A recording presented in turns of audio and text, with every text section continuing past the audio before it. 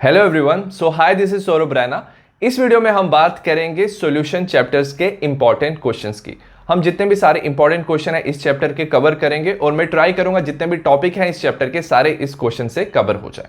सबसे पहले हम बात करेंगे very short answer type question. इसमें क्वेश्चन नंबर 1 है, calculate the mass percentage of aspirin. Mass percentage निकालना एस्प्रिन का जो है C9H8O4 इन एसिटोनाइट्राइल। तो हमने एस्प्रिन को डिसॉल्व किया एसिटोनाइट्राइल विच इज CH3CN। तो एस्प्रिन जो है वो सॉल्यूट होगा और एसिटोनाइट्राइल जो होगा वो क्या होगा, सॉल्वेंट होगा। When 6.5 grams of aspirin is dissolved in 450 grams of acetonitrile. ठीक है, हमें मास परसेंटेज निकालना, हमें फॉर्मूला पता होना चाहिए। Mass percentage of A component वो किसके इक्वल होता है, मास of the component in the solution divided by total mass of the solution into 100। तो हमें एस्प्रिन का मास परसेंटेज पूछा है तो हम लिखेंगे mass of aspirin which is 6.5 divided by total mass of the solution. Total mass किसके इक्वल हो जाएगा, solute plus solvent, 6.5 plus 450 into 100। तो 6.5 डिवाइड बाय 450, 6.5 इंटू 100 और हमारा आंसर हो जाएगा 1.424%। नेक्स्ट हम बात करें क्वेश्चन नंबर सेकंड की। क्वेश्चन नंबर सेकंड है, state the main advantage of molality over molarity as the unit of concentration. Molarity की ज्यादा इंपॉर्टेंस इसलिए क्योंकि molarity does not change with change in temperature. Molarity temperature change से change नहीं होता, whereas molarity जो है it decreases with rise in temperature. ऐसा क्यों होता है, अगर हम बात करें जो मोलैरिटी होता है वो होता है number of moles of solute divided by volume of solution in litres, whereas जो मोलैलिटी होता है number of moles of solute divide by mass of the solvent in KG.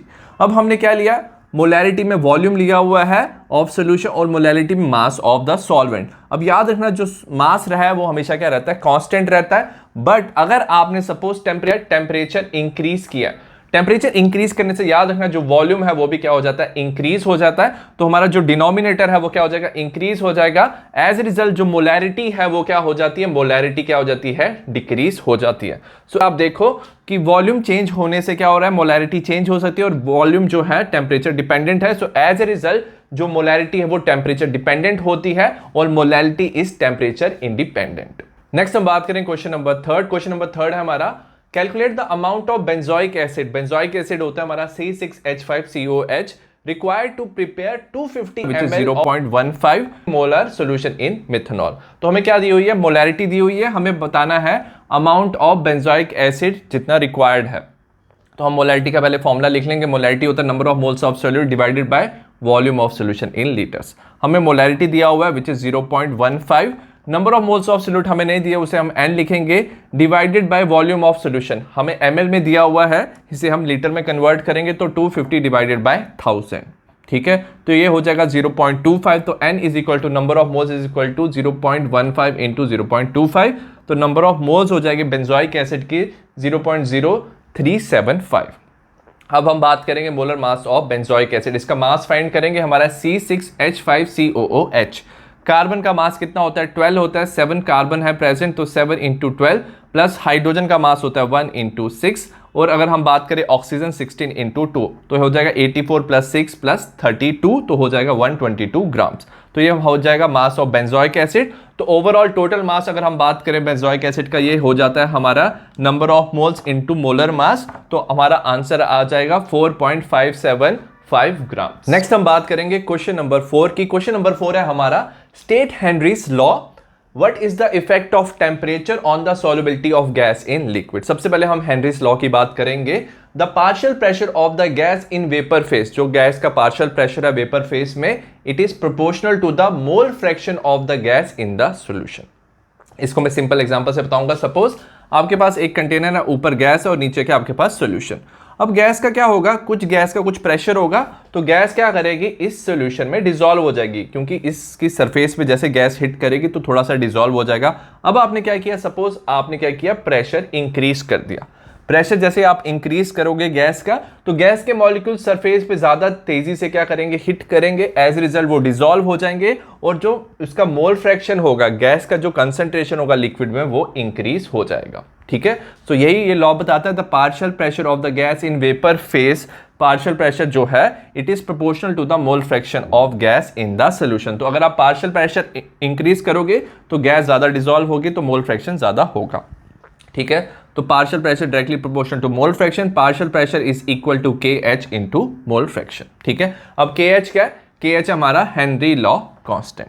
अब एक इंपॉर्टेंट चीज याद रखना, जो KH है वो इनवर्सली प्रोपोर्शनल टू सॉल्युबिलिटी होता है। इसका मतलब क्या कि अगर किसी गैस का KH का वैल्यू ज्यादा है तो उसकी सॉल्युबिलिटी क्या होती है? कम होती है। और अगर आप टेम्परेचर इंक्रीज करते हो तो KH की वैल्यू इंक्रीज होती है और सॉल्युबिलिटी क्या होती है? डिक्रीज होती है। ठीक है, हमें सेकंड क्वेश्चन दिया था, what is the effect of temperature on the solubility of gas in liquid. तो अगर आप टेम्परेचर इंक्रीज करोगे तो याद रखना क्या होगा? KH का वैल्यू इंक्रीज होगा, so solubility of the gas decreases with increase in temperature. Next हम बात करें क्वेश्चन नंबर 5 की। क्वेश्चन नंबर 5 है हमारा, state Raoult's law for solution of volatile liquid.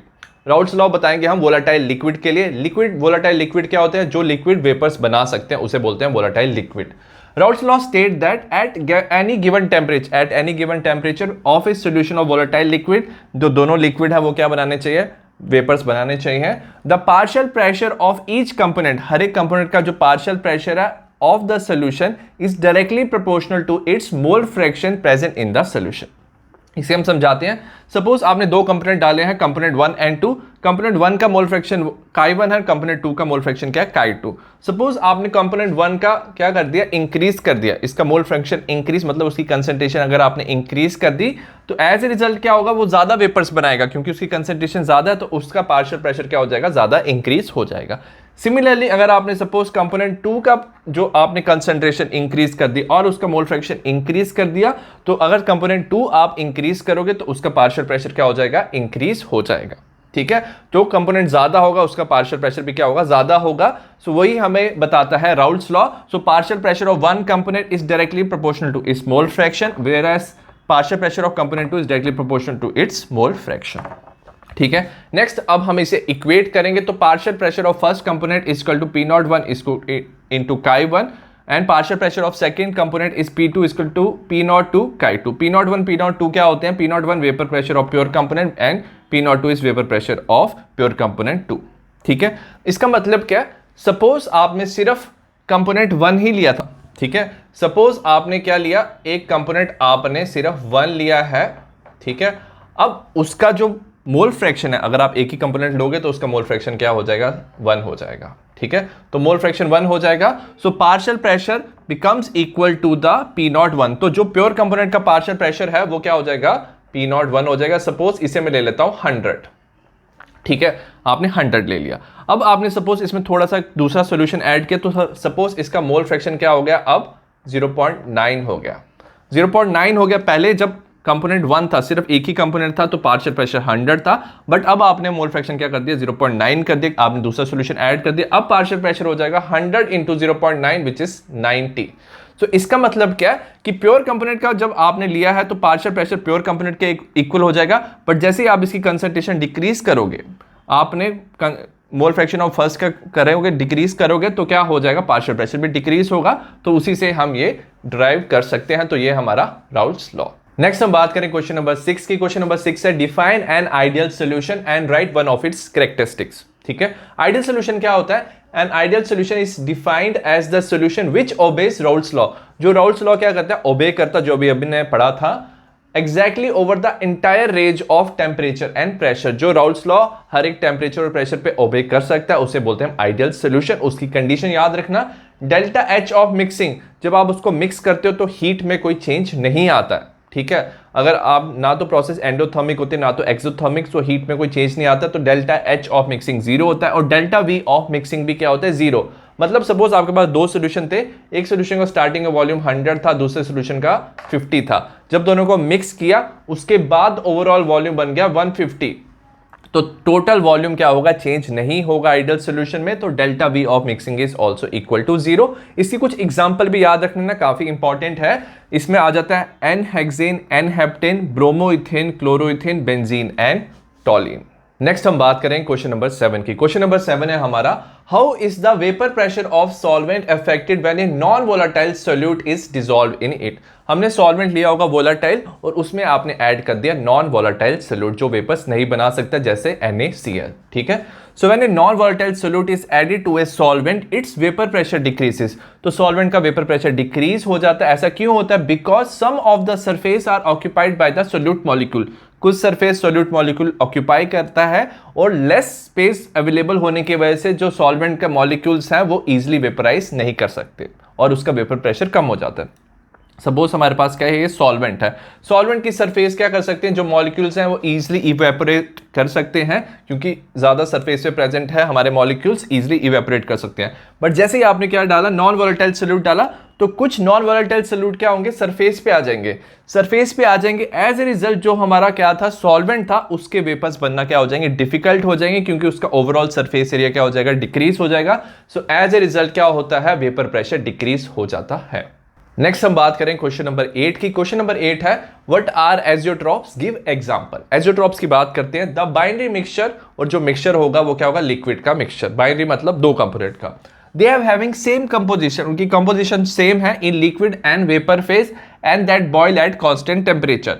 ठीक है, तो इनकी दोनों की कंपोजिशन क्या होगी, दोनों कंपोनेंट की जो कंपोजिशन होगी लिक्विड और वेपर फेज में क्या होगी, सेम, और ये बॉयल करेंगे एक पर्टिकुलर टेम्परेचर पे। It is not possible to separate the component by fractional distillation. दोनों कंपोनेंट के वैसे बॉइलिंग पॉइंट डिफरेंट होते हैं, बट जब वो एजियोट्रॉपिक कंसंट्रेशन पे होता है तो आप इनको बॉइलिंग पॉइंट के बेसिस पे सेपरेट नहीं कर सकते। एग्जांपल से हम समझेंगे। एक तरफ इथेनॉल है, एक तरफ वाटर है। आपने लिया 95% बाय वॉल्यूम इथेनॉल, ठीक है। आपने दोनों का मिक्सचर लिया, 95% वॉल्यूम है इथेनॉल का, 5% वाटर का। जब आप इसको हीट करोगे, जो वेपर्स बनेंगे, वेपर्स में भी क्या आपको दिखेगा, 95% आपको इथेनॉल दिखेगा, 5% आपको वाटर मिलेगा। तो इनकी कंसंट्रेशन जो वेपर में होगी और लिक्विड में होगी वो क्या होगी, सेम होगी। ठीक है। Similarly nitric acid and water, nitric acid 68% by मास है, वाटर क्या हो जाएगा 32% बाय मास। आप इसको हीट करोगे, वेपर्स में भी आपको क्या सेम परसेंटेज दिखेगी। सो एज ए रिजल्ट क्या होता है, अगर आप दोनों को हीट कर रहे हो, दोनों एक ही साथ बॉईल करेंगे, तो दोनों का बॉइलिंग पॉइंट है, अब वो क्या हो जाएगा, सेम हो जाएगा। सो दैट्स वाई इनको हम फ्रैक्शनल डिस्टिलेशन नहीं कर सकते। नेक्स्ट हम बात करें क्वेश्चन नंबर 9 की। क्वेश्चन नंबर 9 है हमारा define colligative properties. Colligative properties क्या होती है, colligative properties are those properties of solution which depend only on the number of solute particles. ये एक ऐसी प्रॉपर्टी होती है जो सिर्फ डिपेंड करती है number of solute particles and not on the nature of the solute. इसका ये मतलब है, सपोज आपके पास एक तरफ यूरिया है, एक तरफ ग्लूकोज है, और आपने दोनों के नंबर ऑफ मॉलिक्यूल्स सेम लिए हैं, तो उन दोनों की कॉलिगेटिव प्रॉपर्टीज भी क्या होगी, सेम होगी। It does not depend upon the nature, तो इनके नेचर पे डिपेंड नहीं करेगा। हम इस चैप्टर में 4 इंपॉर्टेंट कॉलिगेटिव प्रॉपर्टीज पढ़ेंगे। सबसे पहले है relative lowering of vapour pressure, second elevation in boiling point, third depression in freezing point, and fourth osmosis and osmotic pressure. Next हम बात करें क्वेश्चन नंबर 10 की। क्वेश्चन नंबर 10 है describe 3 application of Henry's law. Henry law की 3 application बतानी है। सबसे पहले, to increase solubility of CO2 in soft drink the bottles are sealed under high pressure.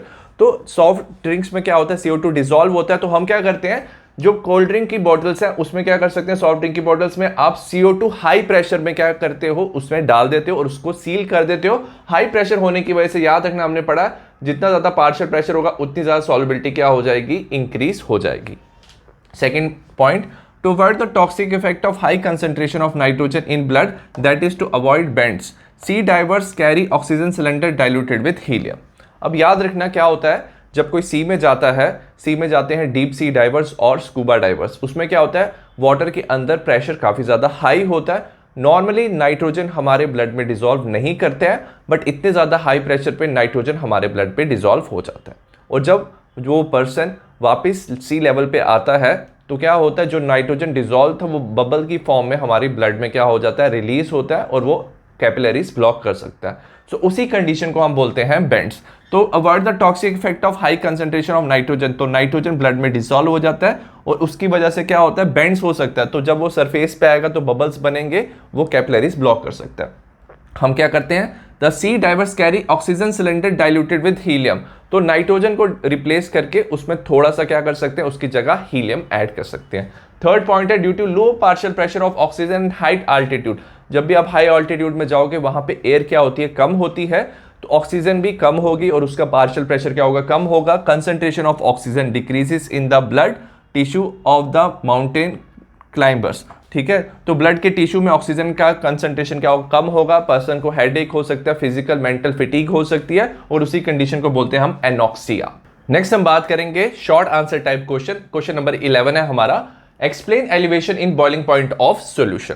सबसे पहले बॉइलिंग पॉइंट क्या होता है? कोई भी आपके पास क्या है, लिक्विड है जो वेपर्स प्रोड्यूस करता है, तो अगर आप उसको हीट करते हो एक ऐसा टेम्परेचर आता है जब उसका वेपर प्रेशर एटमॉस्फेरिक प्रेशर को मैच कर जाए, तो उसे ही हम बोलते हैं बॉइलिंग पॉइंट। ठीक है। So when a non-volatile solute is added to a solvent, vapor pressure of the solution decreases। ये ऑलरेडी पढ़ा है। सपोज आपके पास वाटर है, आपने NaCl डाला which is non volatile solute, और नॉन वोलेटाइल सोल्यूट डालने से याद रखना वेपर प्रेशर क्या होता है, डिक्रीज होता है। ठीक है। सपोज मैंने ग्राफ बनाया, ये वेपर प्रेशर है वाई एक्सिस में, टेम्परेचर एक्स एक्सिस में। ये जो हमारी लाइन डॉट डॉट वाली है ये रिप्रेजेंट करता है 1 एटमॉस्फेयर जहां पे बॉइलिंग होती है, और 1.013 bar which is equal to 1 atmosphere. ठीक है। सपोज आपके पास सॉल्वेंट था, आपने सॉल्वेंट को क्या किया, हीट किया, एक ऐसा टेम्परेचर आएगा कि वो क्या करने लग जाएगा, बॉयल, तो उसे हमने लिख दिया T0B से। बट जैसे ही आपने नॉन वोलेटाइल सोल्यूट डाला तो उसका सॉल्यूशन का वेपर प्रेशर क्या हो जाता है, कम हो जाता है, तो ग्राफ नीचे चला जाएगा। फिर आप ज्यादा टेम्परेचर, आप जब हीट करोगे तो आपको ज्यादा टेम्परेचर रिक्वायर्ड होगा टू रीच दिस पॉइंट, तो वो टेम्परेचर पे क्या हो जाएगा, बॉइलिंग पॉइंट आ जाएगा, उसे बोलेंगे TB, और दोनों के डिफरेंस को बोलेंगे डेल्टा TB। ठीक है। So the solution having higher boiling point than the boiling point of the solvent, तो जैसे नॉन वोलेटाइल सोल्यूट डालोगे तो दोनों के बॉइलिंग पॉइंट में डिफरेंस आ जाएगा, सॉल्यूशन का बॉइलिंग पॉइंट ज्यादा हो जाएगा, सॉल्वेंट का कम होगा। ठीक है। और इसी डिफरेंस को बोलते हैं हम elevation in boiling point. For dilute solution, elevation in boiling point that is delta TB is directly proportional to the molar concentration of solute in the solution। तो डेल्टा TB की अगर हम बात करें, delta TB is directly proportional to the molar concentration। molar concentration means molality। ठीक है। और हम लिख सकते हैं delta TB is equal to KBM। M molality, KB है हमारा, इसे कांस्टेंट का यूनिट कहते हैं, इसे बोलते हैं मोलर एलिवेशन कांस्टेंट, और आल्सो कॉल्ड एज इब्लियोस्कोपिक कांस्टेंट। इसका यूनिट होता है केल्विन kg पर मोल। ठीक है। और ये जो डेल्टा TB है वो किसके इक्वल हो जाएगा, TB मतलब boiling point of the solution minus of TB not which is boiling point of the solvent. तो ये फॉर्मूला है हमारा, शो करता है elevation in boiling point of the solution. Next हम बात करें क्वेश्चन नंबर 12 की। क्वेश्चन नंबर 12 है dissolution of 10 gram of non volatile solute. आपने 10 gram of non volatile solute add किया है इन 100 ग्राम्स ऑफ बेंजीन। ठीक है। 100 ग्राम बेंजीन में it raises its boiling point, ये बॉइलिंग पॉइंट जो है वो इंक्रीज हो जाता है to 1 degree Celsius. Calculate the molar mass of the solute, आपको molar mass of the solute निकालना है, और आपको KB फॉर बेंजीन दिया हुआ है 2.53 केल्विन kg पर मोल। सबसे पहले हमने अभी पढ़ा था डेल्टा TB जो एलिवेशन ऑफ बॉइलिंग पॉइंट होता है that is equal to KB small m। Small m क्या होता है, हमारा मोलैलिटी। मोलैलिटी क्या लिख सकते हैं, हम लिख सकते हैं delta TB equal to KB। Molality होता है number of moles of solute divided by mass of the solvent in kg। तो हम number of moles of solute लिख सकते हैं मास और W2 weight by molar mass M2 divide किससे करते हैं हम, weight of the solvent. Weight of the solvent लेते हैं W1 जो होना चाहिए kg पे, but most of the formulas में ग्राम्स में होता है, तो उसको 1000 से डिवाइड, और 1000 ऊपर चल जाएगा तो ये हमारा फॉर्मुला बन जाता है। ठीक है। तो जो मोलैलिटी आप लिख सकते हो W2 into 1000 divide by M2 W1। ठीक है। तो W जो 2 है रिप्रेजेंट, जो 2 है वो रिप्रेजेंट करता है सोल्यूट। तो W2 हमें दिया हुआ है मास of the non volatile solute which is 10 grams, W1 mass of the solvent दिया हुआ है विच इज 100 ग्राम्स। अब हमें दिया हुआ डेल्टा TB दिया हुआ है, change of temperature is 1 degree Celsius, और साथ में KB का वैल्यू दिया 2.53। हमें क्या फाइंड करना है, you have to find the molar mass of the solute which is M2। हम M2 को इस तरफ ले जाएंगे, TB को इस तरफ ले जाएंगे, सारी वैल्यूज को सब्स्टिट्यूट करेंगे। KB की वैल्यू है 2.53 इंटू 10 इंटू 1000। ठीक है। TB हो जाएगा 1, W1 हो जाएगा हमारा 100। तो 100 और ये 0 0 2 2 0 कैंसिल कर देंगे, तो हमारा इसको मल्टीप्लाई करेंगे आ जाएगा 253 ग्राम्स पर मोल, और molar mass of the solute हो जाएगा 253। नेक्स्ट हम बात करें क्वेश्चन नंबर 13 की। क्वेश्चन नंबर 13 है explain relative lowering of vapour pressure. ये भी एक कॉलिगेटिव प्रॉपर्टी है। इसमें हम पढ़ेंगे when a non volatile solute, जब आप नॉन वोलेटाइल सोल्यूट ऐड करते हो in a solvent, vapour pressure of the solution becomes lower than that of pure solvent. Example है प्योर सॉल्वेंट है, इसका वेपर प्रेशर है P0, और ये वेपर्स बना सकता है, वोलाटाइल है। बट जैसे आप इसमें ऐड कर दिया non volatile solute, non volatile solute क्या करेंगे, कुछ सरफेस पे आ जाएंगे लिक्विड की, इवेपोरेशन ऑफ द सॉल्वेंट कम हो जाएगा, वेपर प्रेशर हमारा कम हो जाएगा, उसे बोलेंगे P। तो P0 जो था प्योर सॉल्वेंट का, सॉल्यूशन से उसका वेपर प्रेशर क्या होगा, प्योर सॉल्वेंट का ज्यादा होगा, P0 will greater than P। ठीक है। और P0 क्या होता है, vapour pressure of the pure solvent. अब हमने सॉल्यूशन बनाया, हम बात करेंगे Chi1 क्या होता है, मोल fraction of the solvent. Solvent को हम 1 से रिप्रेजेंट करेंगे, Chi2 is mole fraction of the solute. ठीक है। अब हम बात करेंगे vapour pressure of the solution क्या हो जाएगा। सपोज ये हमारा प्योर सॉल्वेंट था तो इसका मोल फ्रैक्शन कितना था 1, ठीक है। तो इसका पार्शियल प्रेशर क्या हो जाएगा, मोल फ्रैक्शन इसका 1 था तो partial pressure is equal to P naught. But जैसे ही आपने नॉन वोलेटाइल सॉल्यूट डाला मोल फ्रैक्शन क्या हो जाएगा, कम हो जाएगा, तो पार्शियल प्रेशर भी क्या हो जाएगा, ओवरऑल डिक्रीज हो जाएगा। तो हम लिख सकते हैं vapour pressure of the solution is equal to Chi1 P naught, ठीक है। अब हम बात करेंगे रिडक्शन इन वेपर प्रेशर। पहले पी नॉट था, पी हो चुका है, तो हम बोलेंगे reduction in vapour pressure of the solvent is delta P हो जाएगा equal to P naught minus P. P naught हमें पता है, पी की वैल्यू हम सब्स्टिट्यूट करेंगे Chi1 पी नॉट, ठीक है। So delta P is equal to common ले लेंगे पी नॉट 1 माइनस Chi1, तो delta P by P naught is equal to Chi2। अब ये जो वैल्यू है delta P by P naught, इसे हम बोलते हैं relative lowering of vapour pressure, और ये कॉलिगेटिव प्रॉपर्टी है जो इक्वल हो जाता है मोल फ्रैक्शन ऑफ द सॉल्यूट। तो 1 माइनस Chi1 हो जाता है हमारा Chi2 के equal which is mole fraction of the solute, ठीक है। अब हम इसे ऐसे भी लिख सकते हैं P naught minus P which is delta P divide by P naught equal to Chi2 किसके इक्वल हो जाता है, number of moles of the solute divide by total number of moles, ठीक है। और अगर आपका जो सॉल्यूशन है अगर वेरी डाइल्यूट है, ज़्यादा डाइल्यूट है, तो मतलब सॉल्वेंट काफ़ी ज़्यादा है, तो N1 is far greater than N2, तो हम जब एडिशन होता है तो हम क्या कर सकते हैं, N2 को इग्नोर कर सकते हैं। तो हम बोलेंगे relative lowering of vapour pressure is equal to N2 divided by N1। Next हम बात करें क्वेश्चन नंबर 14। क्वेश्चन नंबर 14 है the vapour pressure of 2% W/W aqueous solution of a non volatile solute X at 373 kelvin is 755 torr. तो आपने क्या डाला, non volatile substance डाला, तो उससे वेपर प्रेशर हो गया 755 टॉर। एक्वस सॉल्यूशन मतलब कि सॉल्वेंट क्या है, वाटर है। Calculate the molar mass of the solute, molar mass निकालना है, and vapour pressure of the pure water at 373 kelvin, temperature constant है विच इज 760 टॉर। तो हमें पता है relative lowering of vapour pressure क्या होता है, vapour pressure of the solvent minus vapour pressure of the solution divide by vapour pressure of the solvent, N2 by N1 से हम रख सकते हैं। और N2 क्या हो जाएगा हमारा, number of moles of the solute, wait of the solute divide by molar mass of the solute, N1 हो जाएगा wait of the solvent divide by molar mass of the solvent, ठीक है। अब मास ऑफ द सॉल्यूट कितना दिया हुआ है, इन्होंने दिया 2% वेट बाय वेट। 2% का मतलब क्या होता है, याद रखना, वेट बाय वेट में जब आते हैं हम बोलते हैं 2 grams in 100 grams of solution, ठीक है। तो सॉल्यूट होगा 2 ग्राम्स। अब मास ऑफ द सॉल्वेंट कितना हो जाएगा, अगर सॉल्यूशन को बोलेंगे 100 ग्राम्स तो सॉल्वेंट हो जाएगा which is W1 100 minus 2 which is 98 grams. हमें पता था प्योर वाटर का वेपर प्रेशर दिया हुआ है इन्होंने 760 टॉर, और जब इसमें नॉन वोलेटाइल सॉल्यूट डाला ये 755। हमें फाइंड करना क्या है, molar mass of the solute N2, और हमें पता है मोलर मास ऑफ वाटर क्योंकि सॉल्वेंट वाटर है विच इज 18 ग्राम्स पर मोल। अब वैल्यू सब्स्टिट्यूट कर सकते हो, हो जाएगा 760 minus 755 divide by 760 is equal to 2 into 18 M2 into 98। अब M2 की वैल्यू उस तरफ ले जाना तो आ जाएगा 2 into 18 into 360 divide by 5 into 98, तो आपका ओवर आंसर आ जाएगा 55.8 ग्राम्स पर मोल। तो molar mass of the solute हो जाएगा 55.8 ग्राम्स पर मोल। नेक्स्ट हम बात करें क्वेश्चन नंबर 15। क्वेश्चन नंबर 15 का फर्स्ट पार्ट है what is went Hoff factor. Went Hoff factor क्या होता है, इसे हम आई से रिप्रेजेंट करते हैं। It is observe colligative properties bye calculated colligative properties, और जो आई है हमें बताता है एक्सटेंट ऑफ एसोसिएशन और डिसोसिएशन ऑफ द सॉल्यूट, ठीक है। अब इंपॉर्टेंट आई इसलिए इंपॉर्टेंट है क्योंकि आई हमें बताता है कॉलिगेटिव प्रॉपर्टीज इंक्रीज हो रही है या डिक्रीज हो रही है। ऐसा क्यों, सपोज डिसोसिएशन हो रहा है, डिसोसिएशन से क्या होता है, नंबर ऑफ पार्टिकल्स इंक्रीज हो जाएंगे, और नंबर ऑफ पार्टिकल इंक्रीज होने से ऑब्जर्व कॉलिगेटिव प्रॉपर्टीज इंक्रीज हो जाएंगी। सो एज ए रिजल्ट जो आई की वैल्यू है that will become greater than 1 in case of dissociation. अगर हम बात करें एसोसिएशन की, एसोसिएशन से नंबर ऑफ पार्टिकल क्या हो रहे हैं, जुड़ रहे हैं आपस में, नंबर ऑफ पार्टिकल डिक्रीज होंगे। So observe colligative properties decrease हो रहा है। सो एज ए रिजल्ट क्या होगा, आई का value will be less than 1। Association में आई का वैल्यू लेस देन 1 और कॉलिगेटिव प्रॉपर्टीज डिक्रीज होगा, और आई का वैल्यू 1 है तो मतलब कोई चेंज नहीं हो रहा है, ना तो एसोसिएशन हो रहा है ना तो डिसोसिएशन हो रहा है।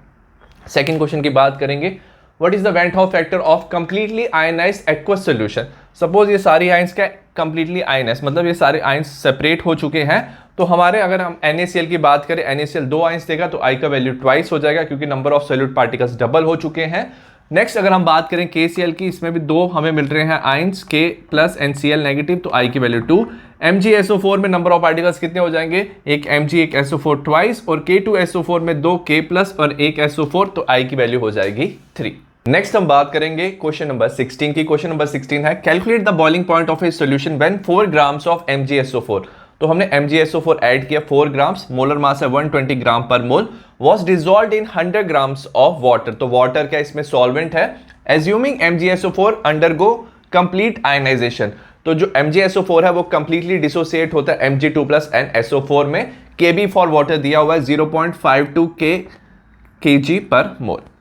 सबसे पहले अगर हम बात करें MgSO4 क्या हो रहा है, डिसोसिएट हो रहा है Mg2 प्लस SO4 2 नेगेटिव में।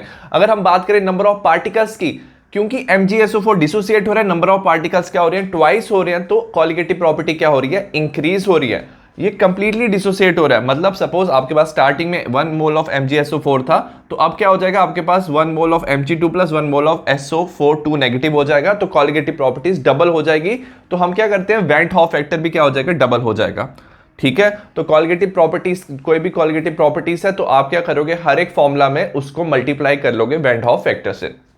तो हम, ये हमारा था एलिवेशन ऑफ बॉइलिंग पॉइंट, तो हम लिखेंगे delta TB equal to I van't Hoff factor KB into small m। Small m क्या, हमारी मोलैलिटी। ठीक है, हमने अभी फॉर्मूला में देखा, क्वेश्चन में देखा था W2 दिया हुआ है हमें 4 ग्राम्स, मोलर मास दिया हुआ है 120 and W1 which is weight of the water which is 100 grams. आप वैल्यू सब्स्टिट्यूट कर सकते हो, आपको पता है delta TB equal to I KB W2 into 1000 M2 into W1। Substitute कर ली वैल्यू, डेल्टा TB हो जाएगा 2 इंटू 0.524 इंटू 1000 120 इंटू 100, कैंसिल कर लेंगे तो डेल्टा TB की वैल्यू आ जाएगी 0.346 केल्विन। अब क्वेश्चन में पूछा क्या था, ये था हमारा कि जो बॉइलिंग पॉइंट है वो इतना इंक्रीज हुआ है, बट क्वेश्चन में पूछा था calculate the boiling point of the solution. हमें वाटर का बॉइलिंग पॉइंट पता है, वाटर का बॉइलिंग पॉइंट होता है 373.15 केल्विन, और हम बात करेंगे boiling point of the solution, तो हम इसमें क्या करेंगे, ये वाली वैल्यू ऐड कर देंगे, क्योंकि वाटर पहले वाटर था, उसमें हमने नॉन वोलेटाइल सोल्यूट डाला, बॉइलिंग पॉइंट इंक्रीज हुआ, तो इसमें ये वैल्यू ऐड कर देंगे। तो 373.15 प्लस 0.346 हमारा हो जाएगा 373.496 केल्विन। नेक्स्ट हम बात करें क्वेश्चन नंबर 17 की। Question number 17, define the osmosis. Osmotic pressure is the osmotic pressure of a solution, एक कॉलिगेटिव प्रॉपर्टी। सबसे पहले हम बात करेंगे ऑस्मोसिस की। The phenomenon of flow of solvent molecules through semi permeable membrane from solvent side to the solution. Suppose एक तरफ आपने सॉल्वेंट रखा, एक तरफ सोल्यूशन रखा, दोनों को कनेक्ट किया सेमी परमेएबल मेम्ब्रेन से। अब याद रखना, सेमी परमेएबल मेम्ब्रेन जो होते हैं उसके जो पोर्स होते हैं, उसके पोर्स से सॉल्यूट पार्टिकल्स पास नहीं कर सकते, बट सॉल्वेंट पार्टिकल्स पास कर सकते हैं। तो जैसे आपने दोनों को कनेक्ट किया तो सॉल्वेंट पार्टिकल क्या करेंगे, they will start moving towards the solution, और इसी फिनोमिनन को कहते हैं हम ऑस्मोसिस। Next, osmotic pressure. अब हमने क्या किया, ये सॉल्वेंट मॉलिक्यूल सॉल्यूशन की तरफ मूव कर रहे हैं, सो एज ए रिजल्ट इसमें प्रेशर क्रिएट हो रहा है सॉल्यूशन के अंदर, उस प्रेशर को बोलते हैं ऑस्मोटिक प्रेशर। और ऑस्मोटिक प्रेशर हम डायरेक्टली कैलकुलेट नहीं कर सकते। ठीक है, अगर हम देखो सपोज बोथ साइड्स क्या है, पिस्टन है, और पिस्टन पे क्या होगा, नॉर्मल एटमॉस्फेरिक प्रेशर या इस तरफ भी होगा, एटमॉस्फेरिक प्रेशर इस तरफ भी होगा। अब यहाँ पे प्रेशर क्रिएट हो गया, जिसकी वजह से क्या होता है, सॉल्वेंट मॉलिक्यूल सॉल्यूशन में मूव कर रहे हैं। अब हमने क्या किया, एक एक्सटर्नल प्रेशर अप्लाई किया विच इज कॉल्ड एज पाई। अब ये जो एक्सटर्नल हमने प्रेशर अप्लाई किया, ये हमने रिवर्स डायरेक्शन में अप्लाई किया, और ये जो एक्सटर्नल प्रेशर है वो क्या करेगा, इस प्रेशर को, जो इसके अंदर ऑस्मोटिक प्रेशर है, उसको कैंसिल कर देगा। ठीक है, तो हम एक रिवर्स प्रेशर अप्लाई करेंगे एक्सटर्नल, जो ऑस्मोटिक प्रेशर को कैंसिल कर देगा, सो दैट जो flow of solvent molecule to the solution वो क्या हो जाए, रुक जाए। तो यहाँ पे प्रेशर बन रहा है, हमने रिवर्स प्रेशर अप्लाई किया सो दैट सॉल्वेंट जो मॉलिक्यूल्स है सॉल्यूशन में मूवमेंट स्टॉप हो जाए, तो ये प्रेशर भी ऑस्मोटिक प्रेशर के इक्वल होगा। तो हम डेफिनेशन है, the external pressure applied on the solution side to prevent the osmosis of solvent. तो ऑस्मोसिस रुक गया, separated by semi permeable membrane is called as osmotic pressure. Next, is the osmotic pressure of a solution से colligative property? Yes, जो osmotic pressure है वो भी एक colligative property है। It depend upon the number of solute particles but not on their nature. Next हम बात करेंगे क्वेश्चन नंबर 18 की। Explain the depression in freezing point of a solution. तो याद रखना, depression in freezing point is a another colligative property. ठीक है, freezing point क्या होता है? Freezing point of a substance is the temperature at which vapour pressure of the substance in its liquid phase is equal to the vapour pressure in solid phase. Liquid phase और solid phase का vapour pressure क्या होता है? Same होता है। इसे हम example से देखते हैं। सपोज आपके पास क्या, ये ग्राफ बनाया हुआ है, वाई एक्सिस पे वेपर प्रेशर, ये टेम्परेचर है, ये है frozen solvents. Frozen solvent suppose आपने आइस लिया, अगर आप आइस को हीट करोगे तो वेपर प्रेशर क्या होता है? इंक्रीज होता है। सिमिलरली आपके पास लिक्विड सॉल्वेंट है विच इज वाटर। वाटर का आपने क्या किया, टेम्परेचर डिक्रीज किया तो वेपर प्रेशर डिक्रीज होगा। एक ऐसा पॉइंट आएगा जहां पे दोनों इंटरसेक्ट करेंगे, इस पॉइंट पे क्या हो जाएगा, vapour pressure of substance in liquid phase and vapour phase same हो जाएगा। इसे हम बोलेंगे TF0 which is the freezing point of the solvent. ये फ्रीजिंग पॉइंट आ गया सॉल्वेंट का। अब आपने क्या किया, नॉन वोलेटाइल सोल्यूट ऐड किया, और हमने पढ़ा है जब आप नॉन वोलेटाइल सोल्यूट ऐड करोगे वाटर में और एनी सॉल्वेंट में, उसका वेपर प्रेशर क्या होता है, डिक्रीज हो जाता है। तो सॉल्यूशन का वेपर प्रेशर क्या हो जाएगा, डिक्रीज हो जाएगा। और जब आप क्या करोगे, इसका टेम्परेचर डिक्रीज करोगे तो आपको ज्यादा टेम्परेचर डिक्रीज करना पड़ेगा, सो दैट ये फ्रोजन सॉल्वेंट के साथ सोल्यूशन का ग्राफ क्या हो, टच हो जाए, दोनों का वेपर प्रेशर क्या हो, मैच हो जाए। तो आपको ज्यादा टेम्परेचर डिक्रीज करना पड़ेगा, that is TF which is freezing point of the solution. अब क्या हुआ, स्टार्टिंग में TF0 था सॉल्वेंट का, सोल्यूशन का TF हो गया। ये जो चेंज आया है delta TF is called as depression in freezing point. So when a non-volatile solute is added to a solvent, the freezing point of a solution is always lower than that of pure solvent, or this difference in freezing point is called as depression in freezing point. So delta TF is equal to TF0 which is freezing point of the solvent minus freezing point of the solution. और पता है हमें ये सारा colligative property हम dilute solution के लिए लेते हैं। डाइल्यूट सॉल्यूशन में delta TF is directly proportional to the molality, और we can write delta TF is equal to, हमेशा अब कभी भी कॉलिगेटिव प्रॉपर्टीज आएगी तो आपको वेंट हाफ फैक्टर लेना IKF स्मॉल m। KF क्या हमारा, KF is molar depression constant, ये डिपेंड करता है नेचर ऑफ द सॉल्वेंट पे, और कॉल्ड एज क्रायोस्कोपिक। क्रायोस्कोपी होता है कूल्ड कंडीशन से जो भी होता है उसे हम बोलते हैं क्रायोस्कोपी, और इसका यूनिट भी याद रखना, it is kelvin kg per मोल। तो ये हो जाएगा हमारा depression in freezing point. Next हम बात करें क्वेश्चन नंबर 19 की। क्वेश्चन नंबर 19 है, calculate the amount of KCl that must be added to 1 kg of water. आप KCl वाटर में ऐड करोगे so that freezing point is decrease by 2 kelvin. Freezing point 2 kelvin decrease हुआ है, ठीक है। KF of water दिया 1.86 kelvin kg per मोल। सबसे पहले हमें KCl दिया हुआ है, ठीक है। अब याद रखना KCl डिसोसिएट होता है, क्वेश्चन में नहीं दिया हुआ है कि कंप्लीट डिसोसिएशन हुई है या नहीं हुई है। अगर नहीं दिया है तो हम एज्यूम करेंगे कि ये कंप्लीटली डिसोसिएट हुआ है, क्योंकि आयनिक कंपाउंड है, वाटर में डिसोसिएट होगा तो KCl डिसोसिएट होगा K+Cl नेगेटिव में, और कॉलिगेटिव प्रॉपर्टीज क्या हो जाएंगी, डबल। तो I हो जाएगा इक्वल टू 2। डेल्टा TF किसके इक्वल हो जाएगा, 2 हमें दिया हुआ है चेंज इन और decrease in freezing point. W2 दिया नहीं हुआ है। M2 हम मोलर मास KCl का निकाल सकते हैं, कैसे निकालेंगे, पोटेशियम का होता है 39 और क्लोरीन का होता है 35.5, ये हो जाएगा 74.5। Next wait of the water दिया हुआ है W1 विच इज 1 kg, और क्योंकि फॉर्मूला जो है हमारा ग्राम्स में है तो हम इसे 1000 ग्राम्स कर लेंगे, ठीक है। हम लिखेंगे delta TF equal to IKF small m which is molality, और we can write delta TF equal to IKF। सबसे पहले हमारा जो मोलैलिटी होता है number of moles of the solute, तो W2 by M2 molar mass into W1 which is weight of the solvent, और ऊपर हम कर देंगे 1000 डिवाइड बाय 1000 क्योंकि हम ग्राम्स में ले रहे हैं। आप वैल्यू सब्स्टिट्यूट कर दोगे, यहाँ पे 2 आ जाएगा, IB2 1.86, W2 आपको फाइंड करना है इंटू 1000। मोलर मास हमें दिया हुआ है, हमने कैलकुलेट किया 74.5 इंटू 1000 कैंसिल, 1000 2 कैंसिल, तो आ जाएगा हमारा W2 equal to 74.5 divide by 1.86, तो W2 is equal to 40 grams. Next हम बात करें क्वेश्चन नंबर 20 की। इसका फर्स्ट पार्ट है, ethylene glycol is added as antifreeze to water in radiator of cars in cold countries. सबसे पहले हम बात करेंगे addition of ethylene glycol lowers the freezing point of water in radiator so that the cold winter temperature won't burst the radiator.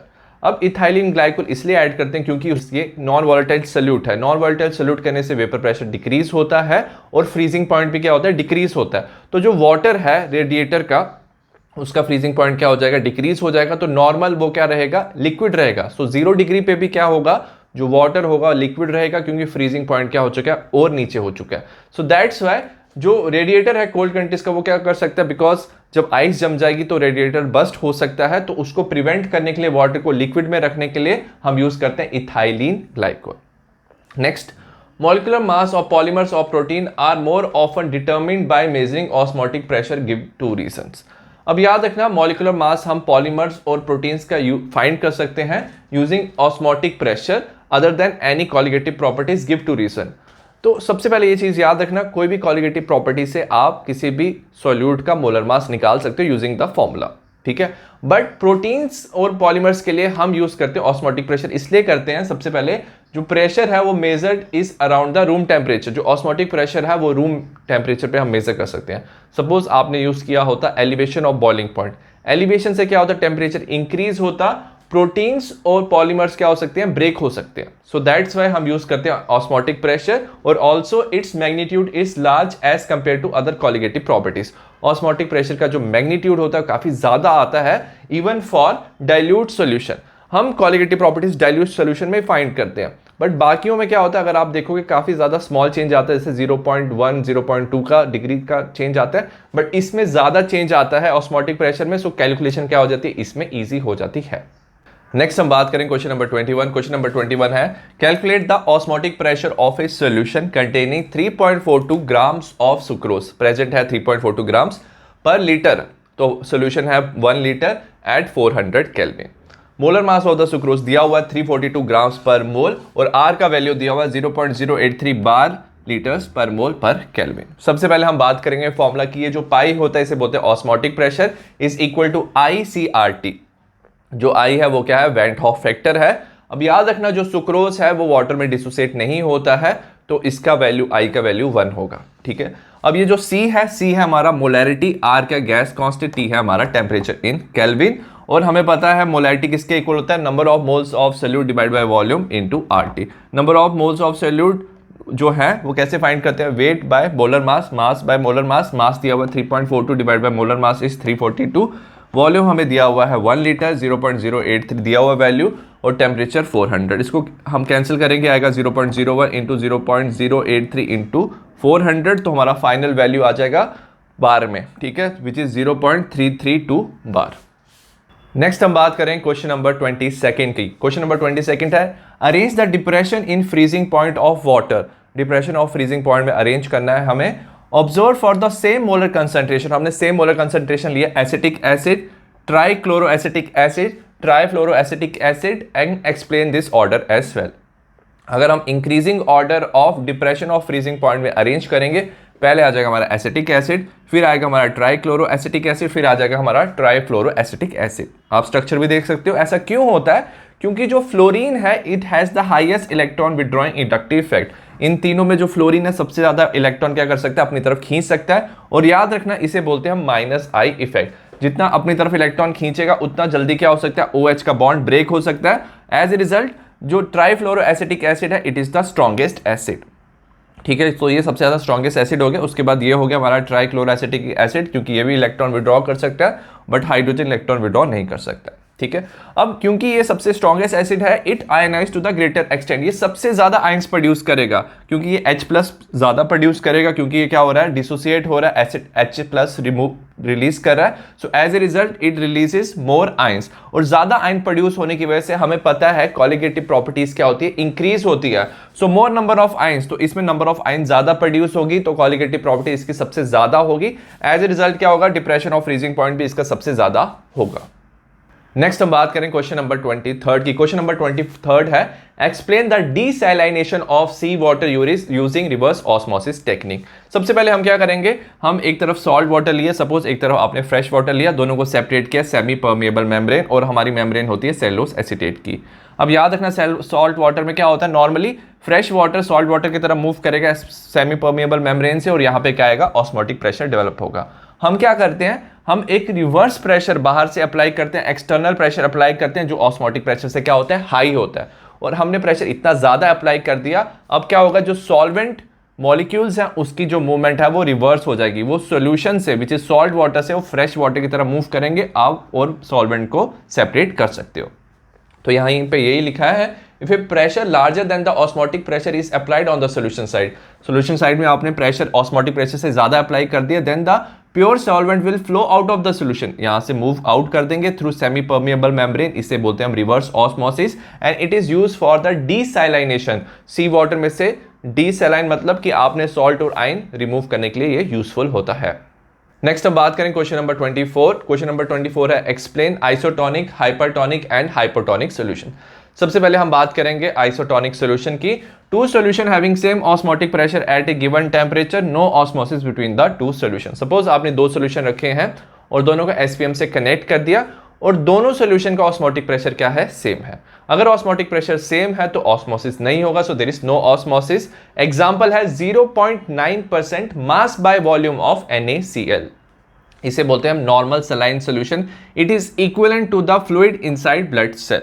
ठीक है, कभी किसी को सलाइन चढ़ता है, ठीक है, NaCl किसी को रिक्वायरमेंट है बॉडी में तो उसको सलाइन चढ़ाते हैं एंड मेक श्योर करते हैं कि NaCl का कंसंट्रेशन कितना है, 0.9% मास बाय वॉल्यूम, क्योंकि ये जो कंसंट्रेशन वो है ब्लड सेल की कंसंट्रेशन के इक्वल है। सो एज ए रिजल्ट उसके बीच में ब्लड सेल से कोई ऑस्मोसिस नहीं होती। ठीक है, हाइपरटोनिक सॉल्यूशन क्या हुआ, a solution having more osmotic pressure than the other solution. अगर सपोज एक सॉल्यूशन में ज्यादा सॉल्ट कंसंट्रेशन है तो नॉर्मल सॉल्यूशन से, तो उसे हम बोल देंगे हाइपरटोनिक, सो उसमें ऑस्मोटिक प्रेशर क्या होगा, हाई। हमारी एग्जांपल है greater than 0.9% mass by volume of NaCl। अगर आपने ये लिया हुआ, ये हमारा क्या हो जाएगा, हाइपरटोनिक सॉल्यूशन। किसके कंपैरिजन में, ऑफ द सेल। सपोज आपने सेल डाला, सेल के कंपैरिजन में ये सॉल्यूशन हो जाएगा हाइपरटोनिक। अब क्या होगा, जो वाटर होगा वो सेल के से बाहर मूव करेगा टुवर्ड्स द हाइपरटोनिक सॉल्यूशन और सेल हो जाएगा प्लाज्मोलिसिस। नेक्स्ट हम बात करेंगे hypotonic solution. A solution having less osmotic pressure than the other solution is called as hypotonic solution, मतलब सॉल्ट की कंसंट्रेशन इसमें कम है। सपोज आपके पास less than 0.9% mass by volume NaCl है और इसमें आपने सेल डाल दिया, मतलब क्या होगा कि सेल में कंसंट्रेशन ज्यादा है और इसमें कंसंट्रेशन कम है। ठीक है, 0.9% लेस देन 0.9% NaCl, तो वाटर क्या करेगा, इसके अंदर से सेल की तरफ मूव करेगा और सेल क्या हो जाएगा, स्वेल अप हो जाएगा। नेक्स्ट हम बात करें क्वेश्चन नंबर 25 की। क्वेश्चन नंबर 25 है a 5% solution by mass of cane sugar. Cane sugar हमारा सुक्रोज भी होता है, उसका मोलर मास दिया 342 grams per mole. It is isotonic to 0.877% solution of substance X। तो ये दोनों सोल्यूशन आइसोटोनिक है। Find the molecular weight of the X।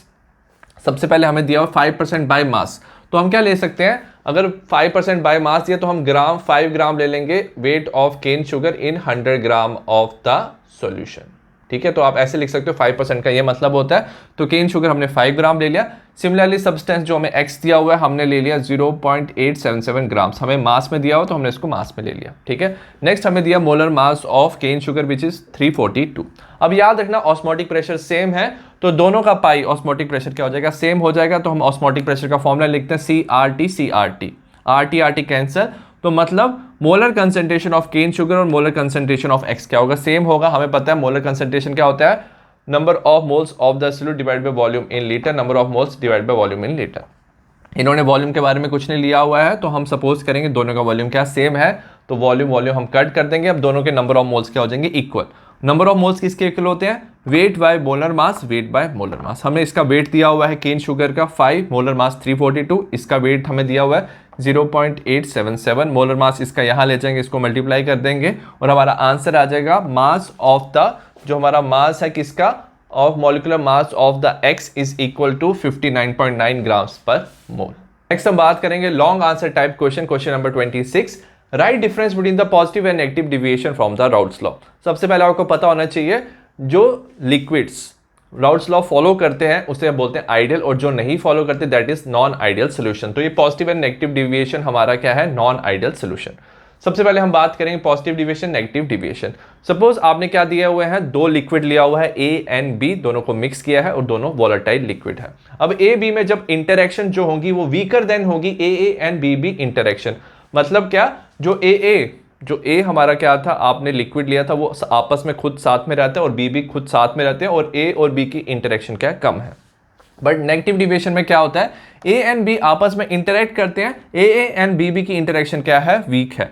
So AB interactions are stronger. As a result क्या होता है, इसमें अगर आप देखोगे जो A है वो सेपरेट रहता है, B सेपरेट रहता है, तो due to this vapour pressure increase, क्योंकि वो आप दूर दूर रहते हैं।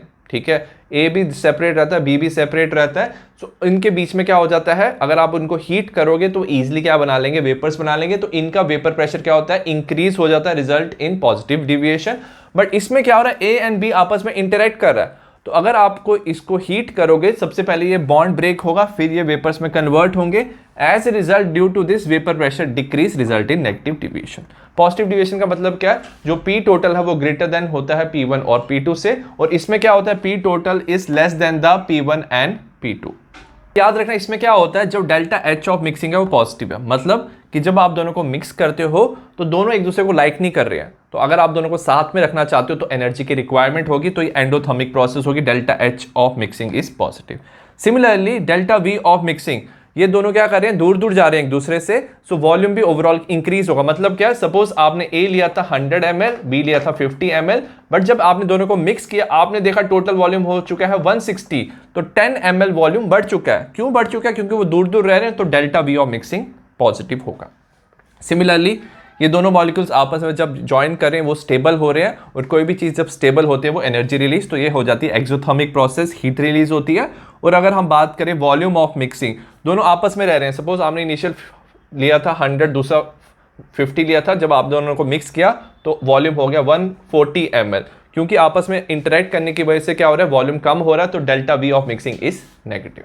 नेक्स्ट हम बात करेंगे एग्जांपल्स की। पॉजिटिव डिविएशन में क्या है, वाटर इथेनॉल वाटर मिथेनॉल, इसमें क्या हो रहा है, इथेनॉल खुद के साथ हाइड्रोजन, मिथेनॉल खुद के साथ हाइड्रोजन बॉन्ड बनाता है, एज ए रिजल्ट वाटर के साथ कोई इंटरेक्शन नहीं होती, तो ये शो करता है positive deviation. Negative deviation phenol aniline chloroform acetone, ये आपस में दोनों क्या करते हैं, अपने साथ हाइड्रोजन बॉन्ड बनाते हैं एक दूसरे के साथ, सो नेगेटिव डिविएशन आता है। अगर हम ये ग्राफ देखेंगे तो याद रखना जितना हमने एक्सपेक्ट किया था उससे partial pressure of one component ज्यादा हो गया, टू का कंपोनेंट ज्यादा हो गया, और टोटल पार्शियल प्रेशर भी क्या हो चुका है, ज्यादा हो चुका है। और अगर हम इसका ग्राफ देखेंगे, वन कंपोनेंट का पार्शियल प्रेशर कम हो चुका है, सेकंड का भी, और टोटल पार्शियल प्रेशर कम हो चुका है।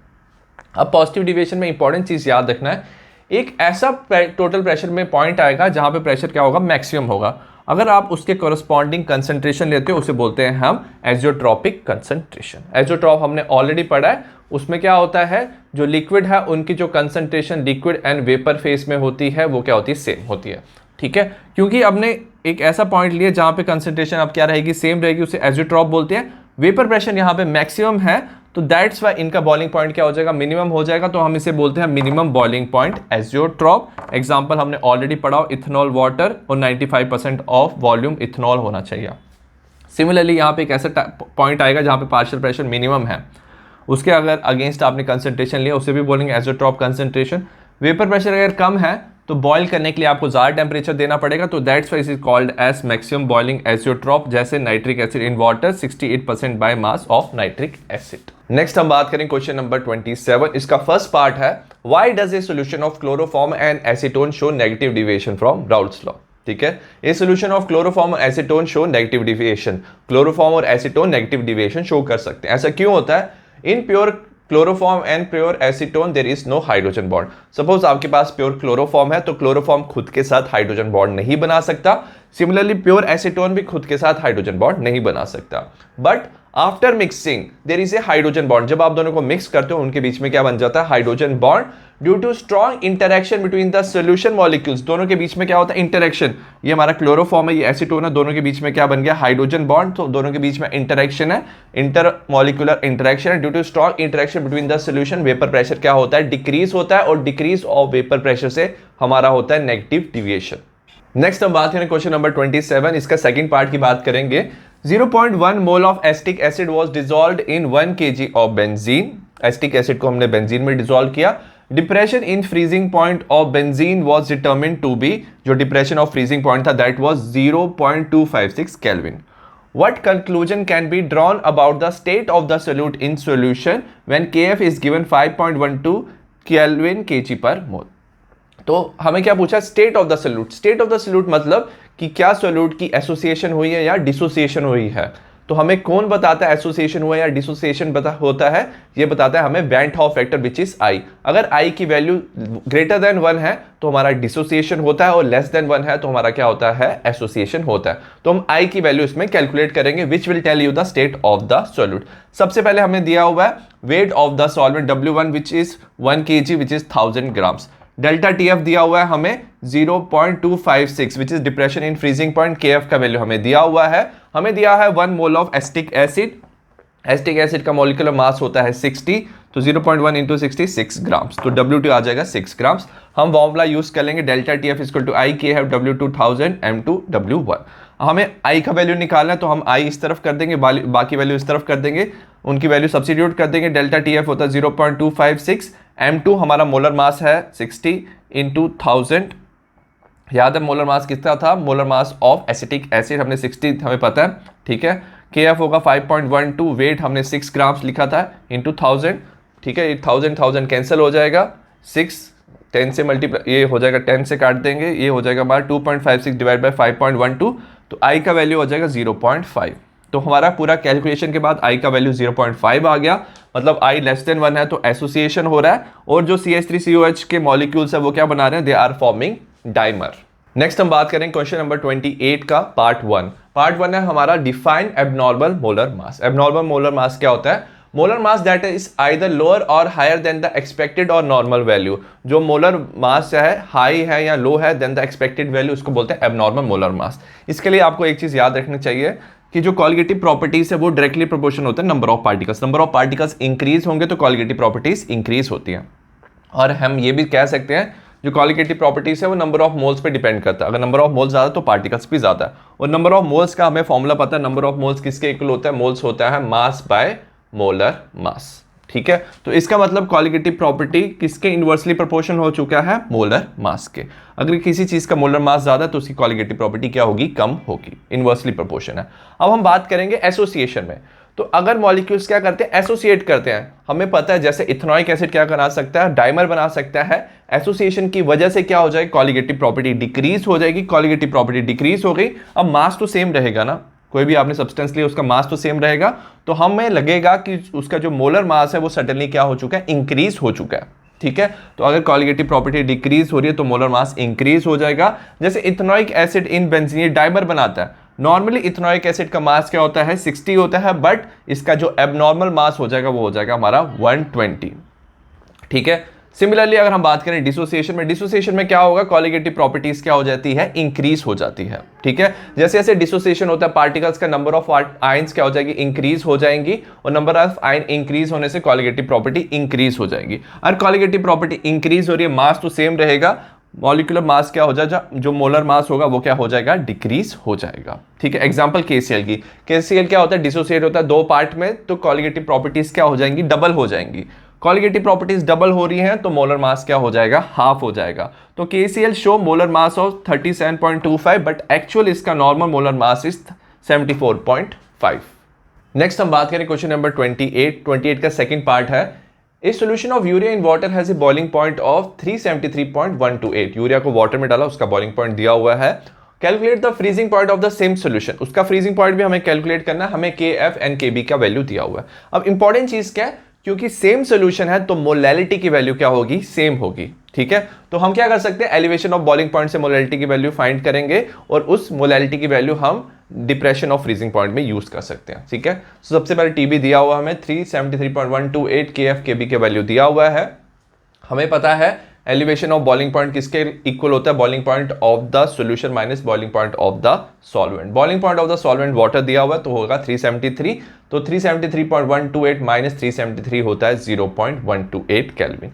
तो ये हमारा elevation in boiling point. Next हमें दिया है elevation boiling point equal to I KB small m होता है मोलैलिटी। I याद रखना वेंट हॉफ फैक्टर जो होता है, यूरिया डिसोसिएट भी नहीं होता, एसोसिएट भी नहीं होता, तो I का वैल्यू इसका क्या हो जाता है, 1 हो जाता है। तो 0.128 elevation of boiling point equal to 0.52 into m। KB का वैल्यू हमने ले लिया, m का हो जाएगा 0.128 0.52, m निकाल लिया हमने मोलैलिटी। अब हम यूज कर सकते हैं formula depression of freezing point. Depression of freezing point होगा KFM, I का वैल्यू फिर 1 है कि हम ले सकते हैं KF का वैल्यू 1.86, और हमने ये वैल्यू मोलैलिटी का यहाँ ले लिया, हमने कैलकुलेट कर लिया तो हमारा डिप्रेशन ऑफ फ्रीजिंग पॉइंट आ गया 0.5458 केल्विन। हमें पूछा calculate the freezing point of the solution, water का फ्रीजिंग पॉइंट होता है 273, तो हम माइनस कर देंगे इस टेम्परेचर को, तो freezing point of the solution हो जाएगा कितना, फ्रीजिंग पॉइंट हो गया 272.54 केल्विन। नेक्स्ट हम बात करें क्वेश्चन नंबर 29। क्वेश्चन नंबर 29 का फर्स्ट पार्ट है, how does sprinkling of salt help in clearing the snow covered road in hilly areas, explain the phenomenon involved in the process। Suppose when salt is spread over a snow covered road, अगर आपने snow covered जो अगर suppose एक road पे snow है और उस पर आपने सॉल्ट डाल दिया तो क्या हो जाता है, solution of salt and water बन जाता है। अब जैसे सॉल्ट ऐड कर दिया तो नॉन वोलेटाइल सॉल्यूट है, उसकी वजह से क्या होता है, depression in freezing point of water occur. Depression of freezing point से क्या होता है, उसका जो फ्रीजिंग पॉइंट है वो कम हो चुका है, ठीक है। सपोज जिस टेम्परेचर पे वो स्नो की फॉर्म में था, बट उससे अब उसका फ्रीजिंग पॉइंट कम हो चुका है। एज ए रिजल्ट क्या होता है, जो स्नो है it will start melting, snow melt होने लग जाता है and help in clearing the road. Next हम बात करें 29th का second part, a solution containing 15 grams of urea. Urea 15 grams है, मोलर मास होता है 60 grams per mole per litre of solution. तो सोल्यूशन का है हमारा 1 लीटर इन वाटर, है same osmotic pressure as solution of glucose, ठीक है। और उसका ऑस्मोटिक प्रेशर ग्लूकोज के साथ मैच करा, ग्लूकोज का मोलर मास दिया 180 grams per mole. Calculate the mass of glucose in 1 litre of solution, ये भी हमें 1 लीटर दिया हुआ है, ठीक है। हमें पता है जो ऑस्मोटिक प्रेशर होता है इज इक्वल टू CRT, और C हमारा होता है मोलैरिटी, ठीक है। तो W1 दिया हुआ है weight of urea which is 15, उसका मोलर मास दिया हुआ है 60। सिमिलरली W2 हमें फाइंड करना है, what is the calculate the mass of the glucose. M2 उसका मोलर मास दिया 180। वॉल्यूम दोनों का क्या दिया, 1 लीटर दिया हुआ है। यूरिया क्या लिख सकते हैं, पाई इज इक्वल टू, अब याद रखना मोलैरिटी जो होता है number of moles per unit volume RT, ठीक है। और जो नंबर ऑफ मोल्स होता है वो होता है weight by molar mass. Weight दिया हुआ 15, मोलर मास 60, वॉल्यूम हमें 1 दिया हुआ था तो RT, ये हो जाएगा हमारा यूरिया के लिए। सिमिलरली ग्लूकोज के लिए भी आप ये इक्वेशन बना सकते हो, W2/M2 VRT, ठीक है। सिमिलरली अगर आप वैल्यू सब्स्टिट्यूट करोगे, W2/180, वॉल्यूम 1 था RT। अब दोनों इक्वेशन को आप क्या कर लोगे, इक्वेट, क्योंकि दोनों क्या थे, अगर ऑस्मोटिक प्रेशर सेम है तो हम दोनों को इक्वेट कर सकते हैं। RT दोनों का कैंसिल हो जाएगा, 15/60 इज इक्वल टू W2/180। हम इसको यहाँ पे ले जाएंगे तो 60 × 3 हो जाएगा, और 3 15 45 ग्राम्स। तो मास ऑफ ग्लूकोज हो जाएगा 45 ग्राम्स। नेक्स्ट हम बात करें क्वेश्चन नंबर 30, ये हमारा लास्ट क्वेश्चन है। इसमें दिया हुआ है 2 elements A and B forms compound having molecular formula. A and B जुड़ के 2 कंपाउंड्स बनाता है, एक AB2 एक AB4। When dissolved in 20 grams of benzene, ये दोनों को हम बेंजीन में डिसॉल्व करेंगे। सबसे पहले हमने डिसॉल्व किया 1 ग्राम ऑफ AB2, जो 1 ग्राम ऑफ AB2 है वो lowers the freezing point by 2.3 kelvin, तो डिप्रेशन ऑफ फ्रीजिंग पॉइंट होगा और फ्रीजिंग पॉइंट डिक्रीज हो जाएगा 2.3 केल्विन जब आप लोगे 1 ग्राम ऑफ AB2। सिमिलरली जब आपने 1 ग्राम ऑफ AB4 लिया तो फ्रीजिंग पॉइंट लोअर हुआ है by 1.3 kelvin. Calculate the atomic mass of A and B and KF of benzene is 5.1 kelvin kg per मोल। हमें ऑलरेडी पता है डेल्टा TF किसके इक्वल होता है, KF W2/M2 W1 × 1000, ठीक है। ये फॉर्मूला याद है, हमें पता होना चाहिए जो मोलर मास होता है M2 किसके इक्वल होता है, KF W2 1000 delta TF × W1। सबसे पहले हम क्या निकालेंगे, मोलर मास ऑफ AB2 निकालेंगे। हम वैल्यू सब्स्टिट्यूट कर देंगे, KF का वैल्यू हमें पता है, वेट हमें 1 ग्राम दिया हुआ है into 1000, depression of freezing point दिया 2.3, और वेट दिया हुआ है बेंजीन का कितना 20। आपने कैलकुलेट कर लिया तो आ जाएगा 110.87 ग्राम्स पर मोल। नेक्स्ट हम AB4 का निकालेंगे, सेम फॉर्मूला 5.1 दिया हुआ है हमें, KF W1 दिया हुआ है, वेट दिया हुआ है, इसका भी हमें कितना दिया हुआ है 1 ग्राम दिया हुआ है 1000, 8 डिवाइडेड बाय 1.3 इंटू 20, ठीक है।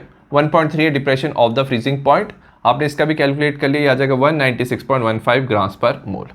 दोनों का मोलर मास मिल गया। अब हम इसे कैलकुलेट कर सकते हैं, हमें क्या चाहिए, atomic mass of both. AB2 किसका बना हुआ है, A का 1 एटम और B के 2 एटम से, दोनों को ऐड करके बन गया 1110.87। सिमिलरली AB4 बना A और 4 B से और 196.15। हम क्या कर सकते हैं, सेकंड इक्वेशन से फर्स्ट इक्वेशन माइनस कर सकते हैं। 196.15 से माइनस कर देंगे 110.87, आ जाएगा 85.28। A कैंसिल, हमारे पास आ जाएगा 2B, और B जब हम कैलकुलेट करेंगे तो एटॉमिक मास ऑफ B मिल जाएगा विच इज़ 42.6 U, ठीक है। नेक्स्ट हम A का वैल्यू कैलकुलेट कर सकते हैं, ये वैल्यू हम इस इक्वेशन में सब्स्टिट्यूट कर देंगे। A का हो जाएगा A + 2 × 42.64 is equal to 1110 first equation पे। A is equal to 1110.87 minus of 85.28, तो हमें मास मिल जाएगा A का which is 25.59 U। I hope आपको इंपॉर्टेंट क्वेश्चंस ऑफ सोल्यूशन समझ आया हो। सिमिलर टाइप ऑफ क्वेश्चन मैं बाकी चैप्टर्स के भी बनाऊंगा, डिस्क्रिप्शन में लिंक डाल दूंगा, आप चेक कर सकते हो। और अगर आपको इस चैप्टर का PDF चाहिए है नोट्स का, तो मैंने डिस्क्रिप्शन में लिंक दिया, आप देख सकते हो। तो see you in the next video, bye.